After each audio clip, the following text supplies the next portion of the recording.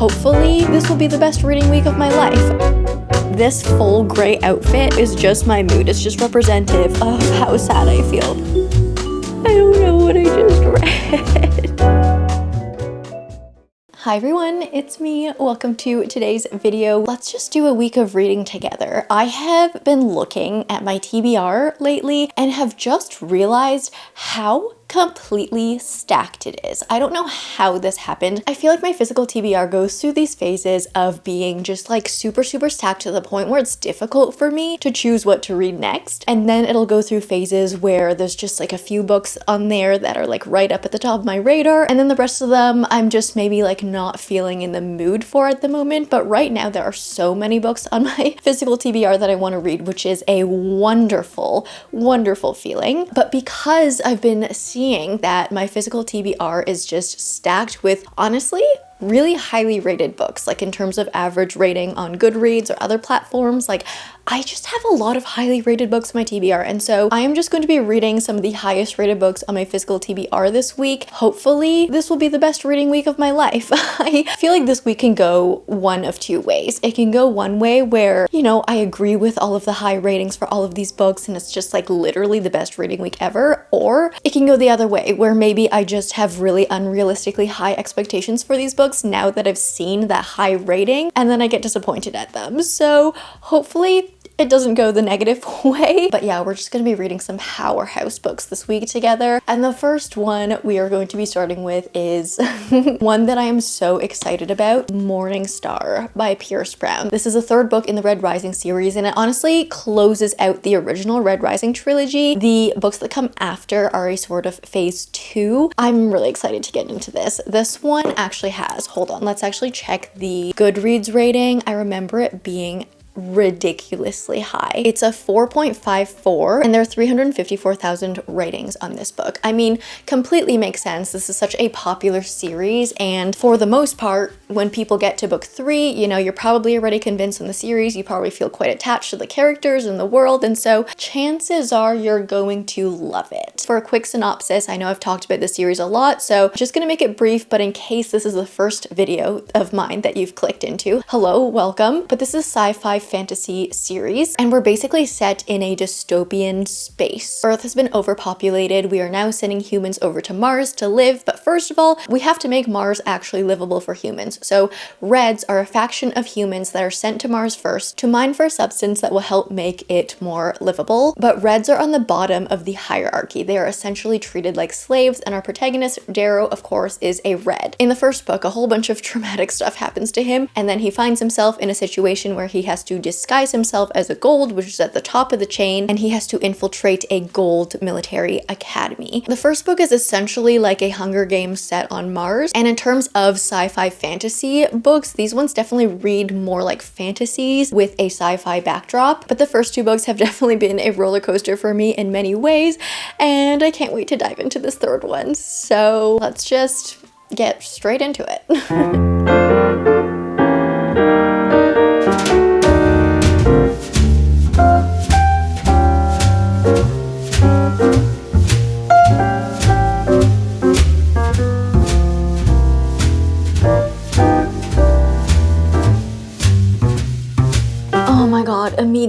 Immediately this just starts out so emotionally. Like, if there's one thing Pierce Brown is good at, it is starting a book. Like, even in Red Rising, even though I did not absolutely love that book, the beginning was so strong. Like, right from the very first sentence, Pierce Brown is just such a wordsmith. Like, he could be saying the most simple thing, but it sounds so nuanced and emotional coming from his brain. He truly just knows how to put words together for maximum emotional impact. And yeah, diving straight into this immediately, it was just like all of the feelings. I would say out of the majority of authors that I've read, like, his lines are the most iconic. Like, he has the most hard-hitting lines that you will just remember forever. And the adrenaline rush, oh my gosh, the adrenaline rush every time every time he appears on page, I just feel giddy.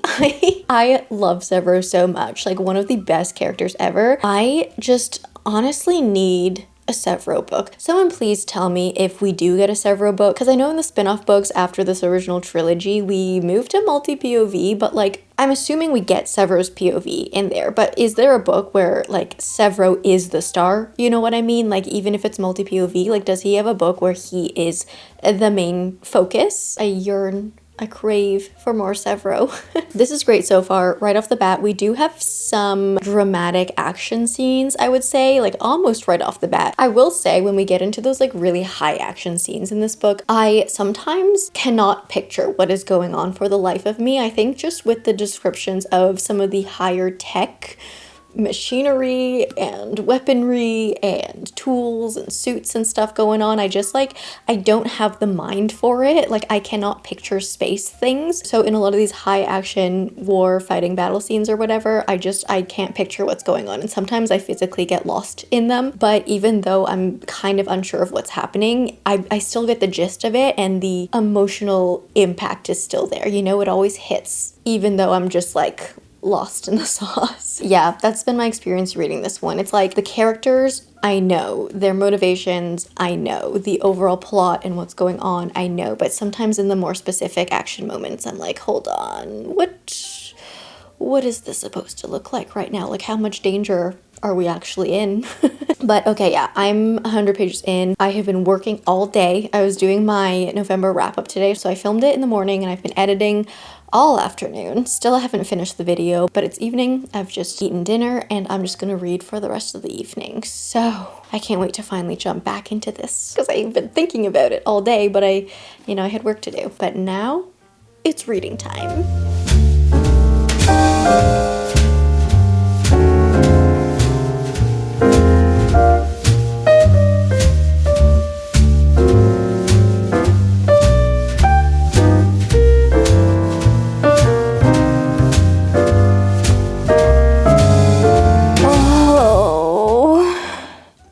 I'm so sad right now. I am so sad right now. Like this full gray outfit that you see right now is just my mood. It's just representative of how sad I feel because like why?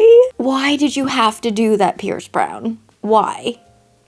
I'm about halfway through. I was reading a lot of this in bed last night and I wasn't filming because I was in bed, but like I was having a breakdown. I was having a breakdown reading this particular moment.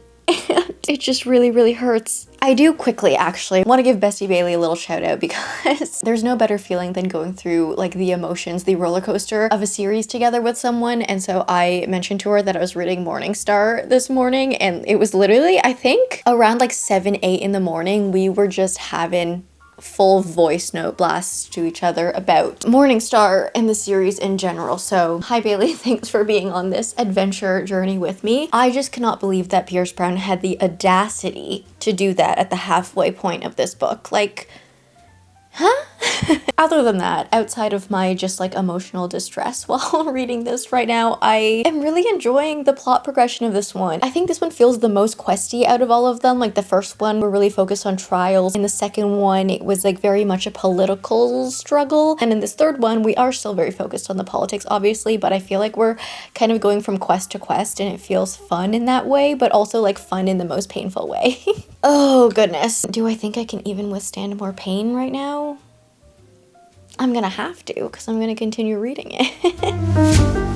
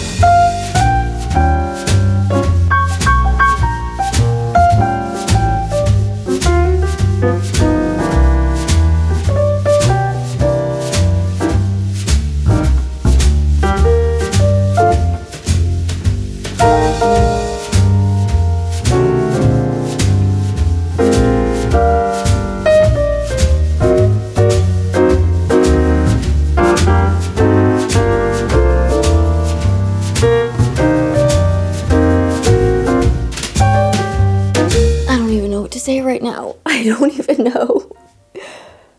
I don't even know what to say right now. I feel like I just went on the biggest roller coaster of emotions. Like it was like up, down, surprise, down, surprise, up, down, and then up again. I don't know what I just read. I mean, this was just genuinely a masterpiece. The brotherhood, the sisterhood, all of the characters in this world. You really see the humanity in almost every single character. Like, yes, there are characters that you absolutely hate, but there are some characters, a lot of characters that you think you hate. And then when you get to like their death or like, I don't know, a very dramatic moment with them, you're still able to mourn for them and feel for them. And that is something that is so hard for an author to do. So claps, applause.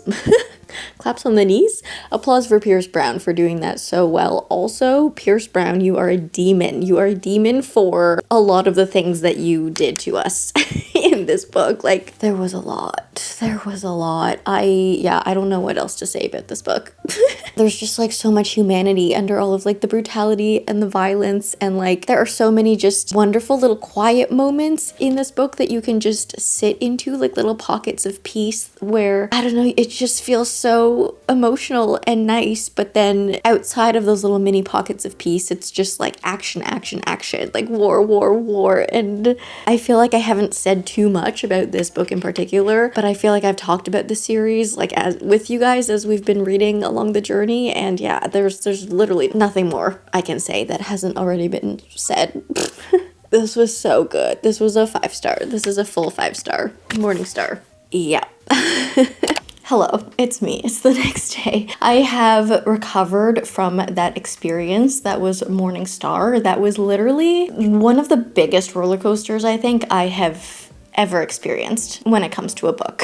Anyways, I did take the rest of the evening off reading just because, you know, I had to process some of the things that I had just experienced. But when I went to bed last night, I did pick up Hazelthorn by C.G. Drews. This one has a pretty high rating as well. Let me check exactly what it is. This one has a 4.45, which is pretty dang high. And I also just think that this is a perfect read for this time of the year. Like, yes, it does fit more exactly into like prime October spooky season, but we're still close enough, I think, where an atmospheric moody book like this really works. I read 30 pages of this yesterday and we will get into it, but I also just want to take a second to shout out this absolutely comfortable chair that I am sitting in. And I would like to thank FlexiSpot for sponsoring this video. I also just am a FlexiSpot fan in general. Like, there have been so many FlexiSpot products that I've spent my own money on. So I always love giving a shout out to good quality products that I actually love and use. So we're going to be talking about this chair today, but I just realized this desk beside me that I'm sitting at, this is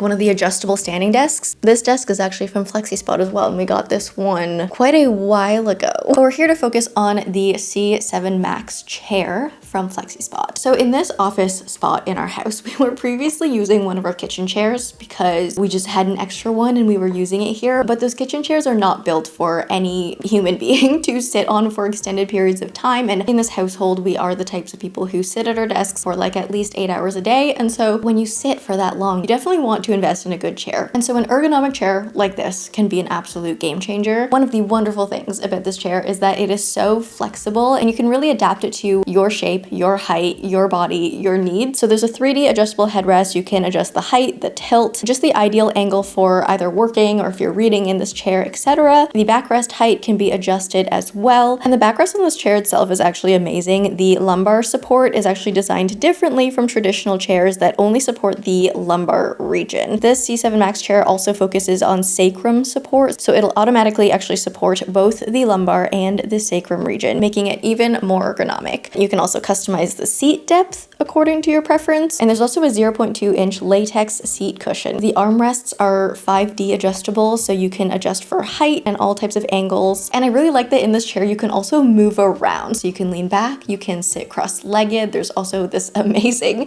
footrest that I personally love. So if you want to check out this C7 Max chair and also FlexiSpot in general, I would highly recommend. There's also a 30-day return policy, so you can have this risk-free trial. You also get a 10-year warranty for direct replacement for any damaged parts. So this one is the C7 Max. They also have a C5 chair and also a newly launched C7 Morpher chair. The C5 is great if you have a limited budget and it still comes with a lot of good functionality. And if you're feeling fancy, you can check out the new C7 Morpher that actually has a fully upgraded lumbar and upper support region, but Black Friday is also on at FlexiSpot. So if you want to grab a chair, now is the time. You can enjoy up to 60% site-wide, and you can also get an additional $30 off if you use the code C730 on the C7 Max. These are some of the biggest savings of the year, so definitely would recommend grabbing your FlexiSpot chair or any other FlexiSpot product. Thank you so much again to FlexiSpot for sponsoring today's video. I always love a little shout out for my FlexiSpot products as well. But okay, Hazelthorn. This is such a gothic read. I'm really loving the atmosphere in this. So this is a gothic horror fantasy. We follow Evander, who lives like a ghost in the forgotten corners of the Hazelthorn estate. He lost both of his parents quite young, and so he was taken in by this reclusive billionaire who owns the estate, and Evander lives this very secluded, private, isolated life within this estate. He was given 3 main rules when he was younger. So those 3 rules are, hold on, I'm gonna read them. He can never leave the estate, he can never go into the gardens, and most importantly, he can never again be left alone with Byron. Byron's the billionaire. Byron's charming, underachieving grandson, Laurie, because 7 years ago, there was this incident that happened and Laurie actually tried to kill Evander. So they are just like, they're not allowed to interact anymore. And so we follow this spooky story about Evander and Laurie and, you know, the groundskeeper and the billionaire, and it's just one of those really, really beautifully atmospheric reads, perfect for like October and November. I, as I mentioned, only read 30 pages of this last night, so I'm just getting into it, but so far the writing is just so immersive. Like, it immediately brings you into this very thorny, gardeny, viney environment. It's also a really interesting setting because we are in modern day. Like, there is mention of cell phones and laptops and stuff, but we're set in this gothic manor that has kind of like preserved in its time. Like, the inside the manor has not aged, but the world outside has moved on. So we have this really interesting setting that way, and I'm really enjoying that. We've also met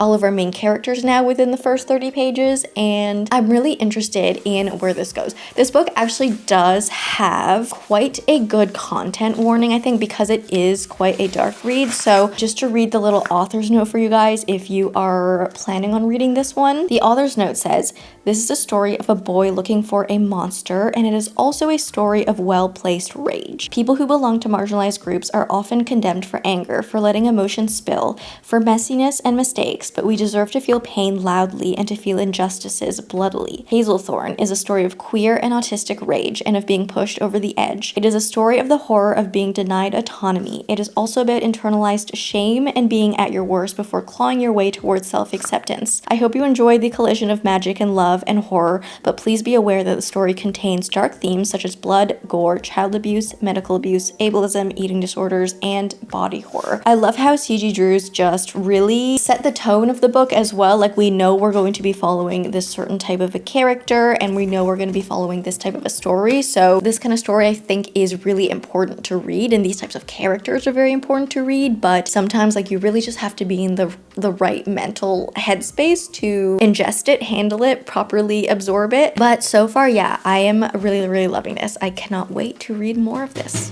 today.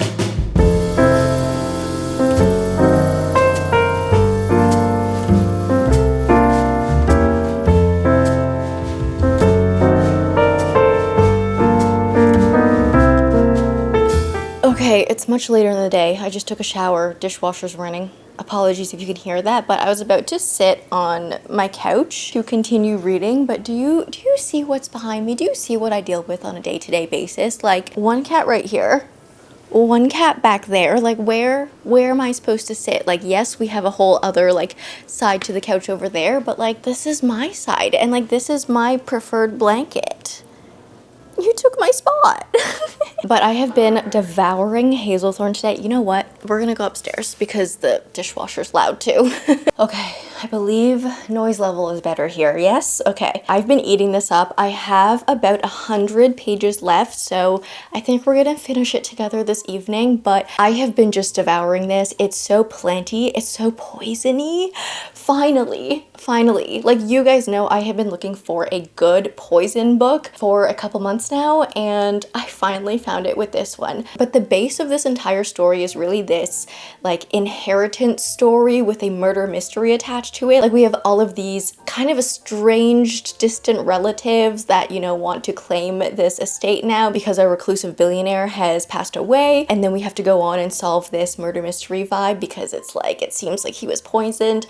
Oh, it is just the type of story I have been seeking. It is a little bit gross, I will say. Like, we do get quite a bit of gore. I don't know if it's a lot of gore, but I just tend to, like, I don't usually reach toward horror books, so I don't know how gory this is compared to like the average horror book because I don't have too much to compare it to, but there is more gore in it than I usually read in a book, but that was also in the content warnings at the beginning. But I'm also really loving the fact that we do get a little bit of an amnesia trope in this one because our main character, Evander, like doesn't remember too many of his childhood memories, so there is a whole side of this plot that is, you know, him trying to figure out his past and like what really happened to him when he was a kid. And like, you guys know I'm a sucker for amnesia trope every single time. And I also just like, on top of like all of the excitement, all of the murder mystery, all of the amnesia stuff, all of like the relatives being terrible, this book is just written in such an interesting and powerful way where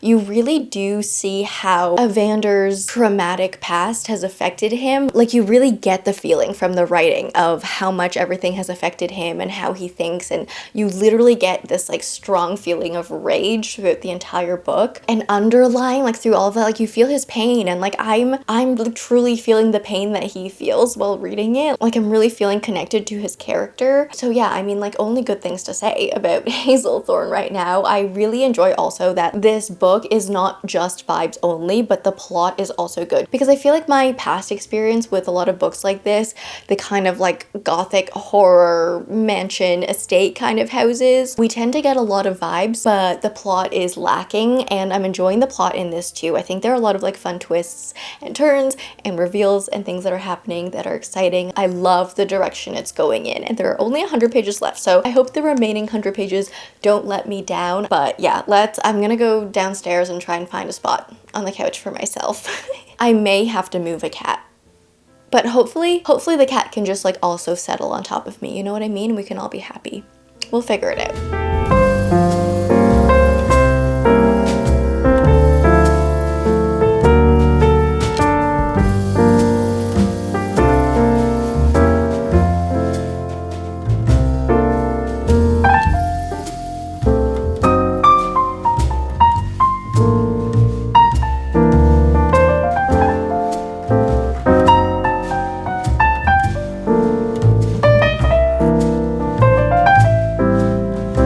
This was so good. This was my first CG Drews, and I definitely need to read their other books. I think the one I've heard of the most is Don't Let the Forest In. I think that's what it's called, but this was wonderful. I think I'm gonna give it a 4.5 star. Like honestly, incredible read. It's definitely different to like my normal read. It's a lot darker, and I know like I read a lot of dark fantasy and stuff, but like this gothic horror dark is a whole different type of a dark. Like this is a story about true monsters. This is a story about rage, about lack of choice, of not understanding yourself. Like underlying through the entire book, there was just a whole theme of like, why am I like this? Like, why do I do this? And just honestly, that feeling of self-hatred, that was a journey with Hazelthorn. If you love a darker read, if you are not sensitive to gore and horror, really, I would totally recommend this. Just make sure you listen to those content warnings again if you feel interested in picking this one up. Okay, I'm so excited for this next read. I'm so excited. I'm gonna start The Raven Scholar in bed tonight. This has a 4.46 rating on Goodreads, so also very high, sticking to the theme of this reading vlog, of course, but I'm so excited for this. I've heard a lot about this world from Freya, but I feel like it's one of those worlds that I just need to read to understand.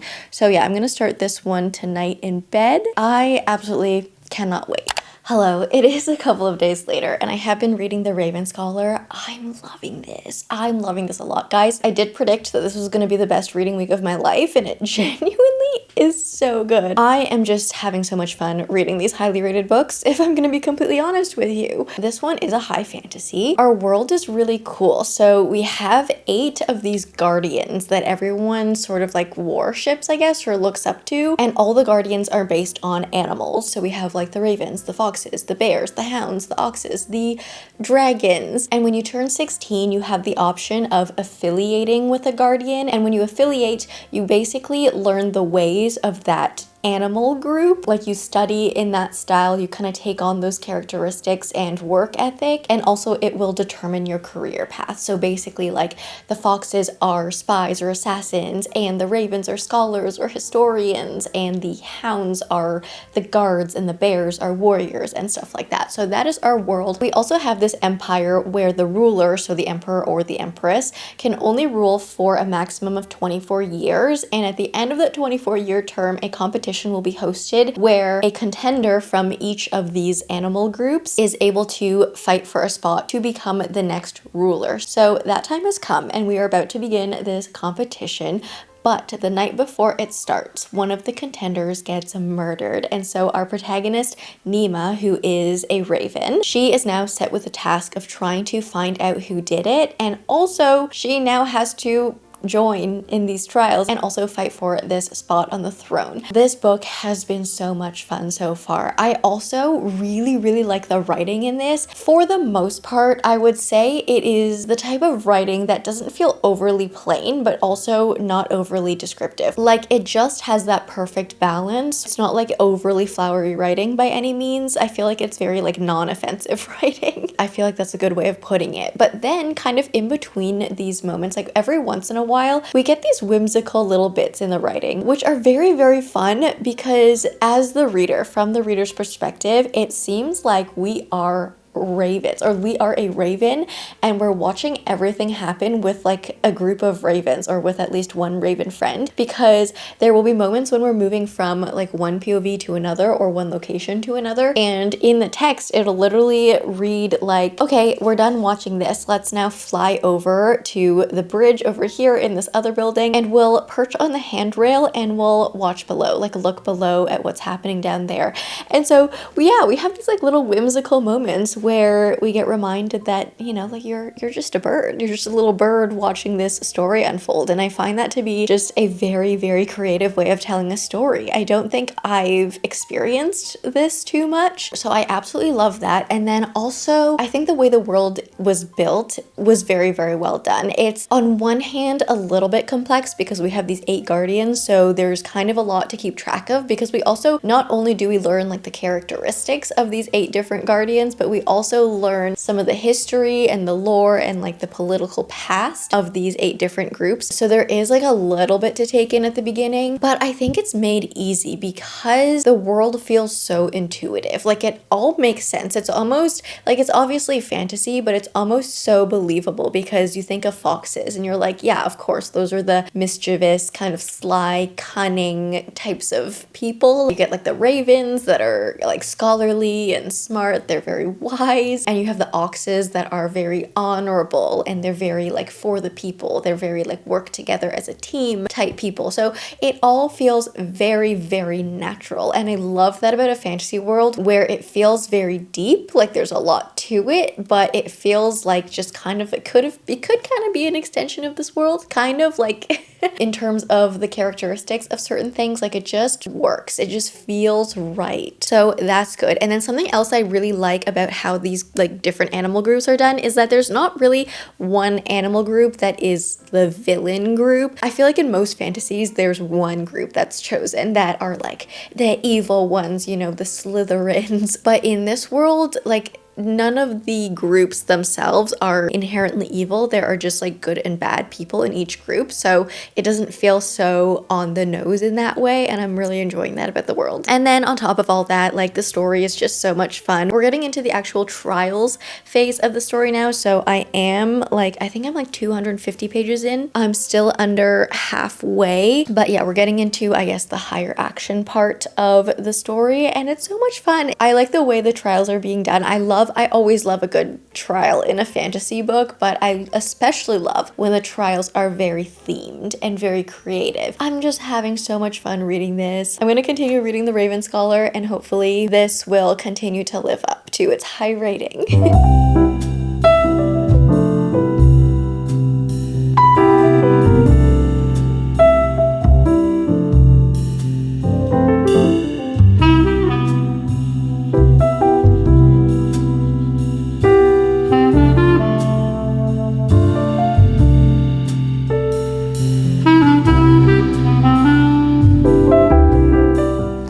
this book just got better because we now also have a sassy animal companion involved. Literally one of my favorite things to read in a book, and I love the way that this one is done. I can't really tell you much about it, but I guess what I can say is that like when the animal companion joins the picture, the formatting of the book becomes very fun to read at the same time. I feel like formatting in books is something that is so overlooked sometimes. Like, yes, the words themselves are very important, but also like the way you see the words, like the way the words are visually laid out on the paper, I feel like also makes a really big impact on your reading experience. And I love the creative ways that the text is formatted in this book. That's all I'm gonna tell you. You're just gonna have to read it to see for yourself. I also love that every character has like these little quirks to them, like very detailed quirks that make them feel just like a little bit more full, a little bit more real. Like for example, Nima, our protagonist, has this thing where she just cannot let an incorrect fact be uttered by anyone. Like if anyone says a fact, even if it's just like slightly a little bit off, a little bit incorrect,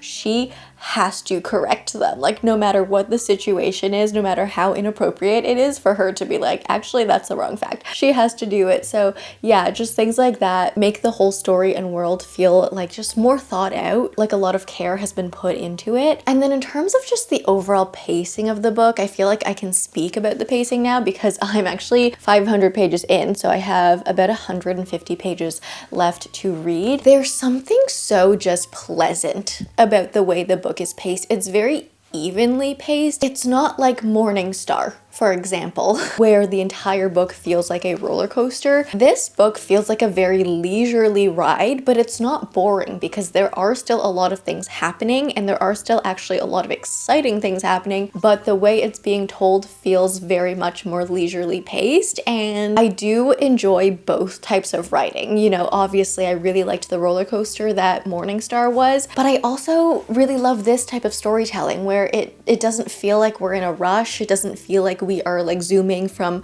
place to place, from event to event, from quest to quest. Like we are just living day to day in the moment in this story, but it's not boring because things are happening day to day. It's just a very leisurely way of consuming a story. That being said though, I do feel like things are about to ramp up now that we're at the end of this book. So we'll see how these last 150 pages go. I am going to lock in this morning. I'm going to put my headphones in and turn on my brown noise. Thank you always to Emmy for the brown noise reading focus tip. It's literally changed my life. But yeah, I'm gonna put some brown noise in and we're gonna lock in. Let's finish this book.